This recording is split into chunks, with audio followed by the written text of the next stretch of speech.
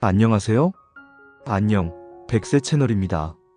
오늘은 우리가 인생에서 겪는 걱정과 스트레스를 극복하도록 돕는 책, 데일 카네기의 자기관리론에서 발췌한 주옥 같은 문장들을 소개해 드리려 합니다. 먼저 데일 카네기에 대해 간단히 이야기해 볼게요. 데일 카네기는 미국 미주리주의 작은 농장에서 태어나 평범한 삶을 살던 사람이었습니다. 하지만 그는 뉴욕 YMCA에서 성인 대상의 대중 연설 강좌를 열며 자신의 길을 개척했습니다.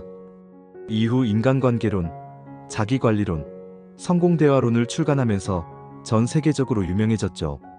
그 중에서도 자기관리론은 걱정과 스트레스라는 일상적인 문제를 실질적으로 해결하도록 돕는 특별한 책입니다.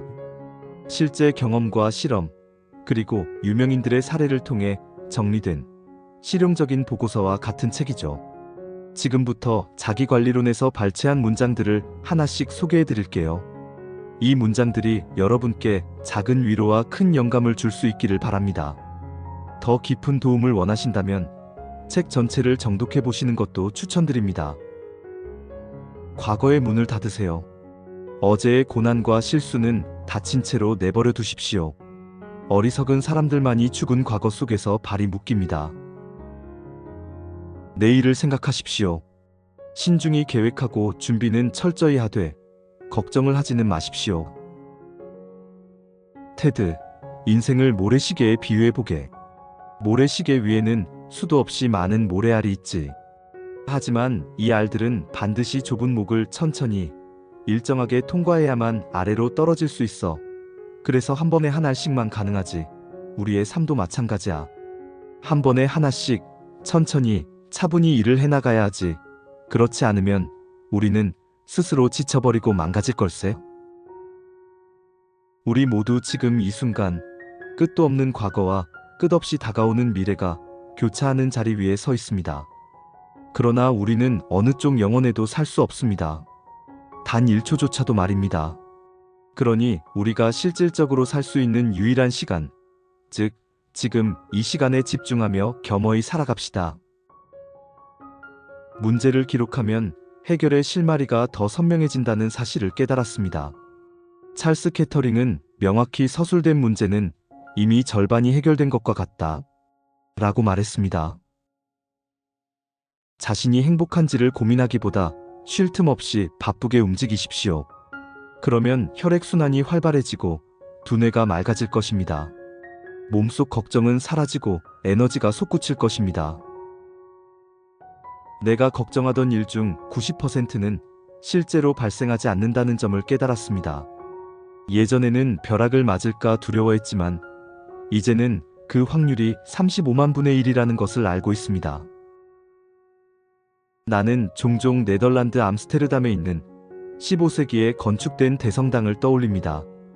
폐허가 된 그곳에는 이런 글귀가 새겨져 있습니다. 플랑드르 언어로 이루어진 그 글귀는 이런 뜻을 담고 있습니다. 이미 그렇게 된 일이니 다른 길은 없습니다. 에픽테토스는 로마인들에게 이렇게 가르쳤습니다. 행복에 이르는 길은 오로지 하나. 그것은 바로 우리의 의지를 뛰어넘는 일에 대해서는 걱정하지 않는 것이다.